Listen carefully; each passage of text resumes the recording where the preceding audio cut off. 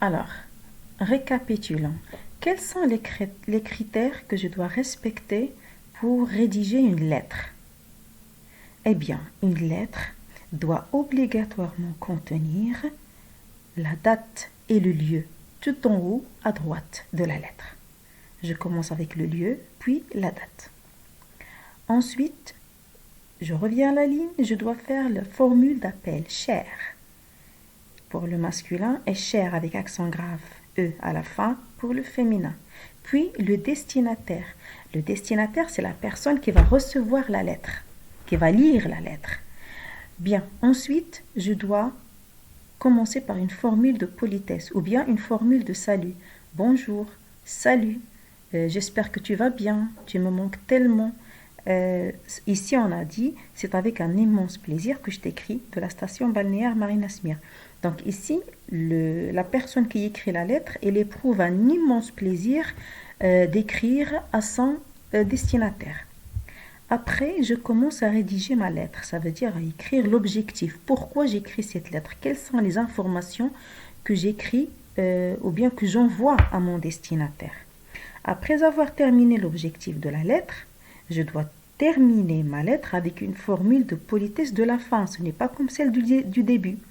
De la fin, je peux faire j'espère que tu peux venir, cordialement, amicalement. Je t'embrasse très fort, grosse bise, à bientôt, j'ai hâte de te voir, réponds-moi vite, j'attends ta lettre avec impatience, etc. Et je termine finalement ma lettre avec l'expéditeur, ça veut dire la personne qui écrit la lettre.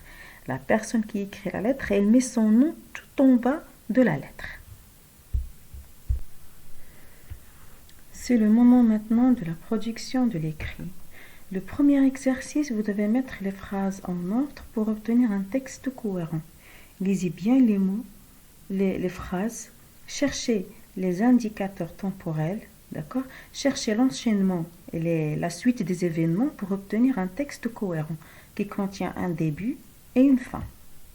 Deuxième question, Karim répond à Jalil par une autre lettre où il lui raconte comment il passe son temps durant cette période de confinement à cause de la propagation du coronavirus. Rédige-la.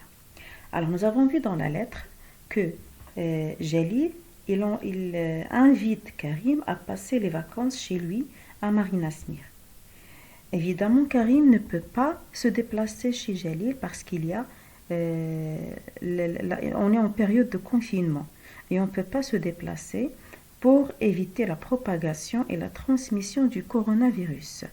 C'est une conjonction actuelle que nous vivons tous maintenant. Tout le monde confine à la maison, on n'a pas le droit de se déplacer.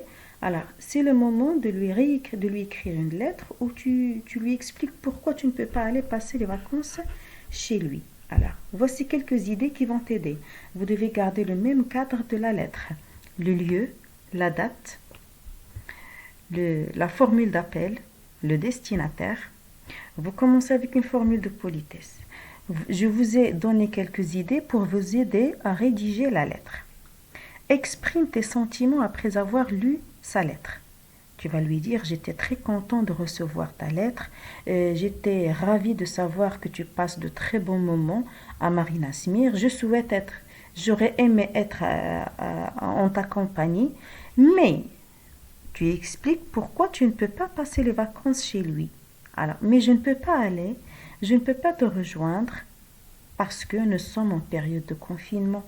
Comme tu sais bien, il y a un virus qui se déplace ou bien qui se propage, qu'on appelle Covid-19.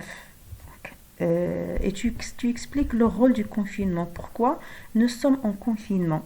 Bien, nous sommes en confinement, nous sommes restés à la maison pour éviter la transmission de ce virus et pour sauver la vie, nos vies et les vies des gens qui vivent avec nous.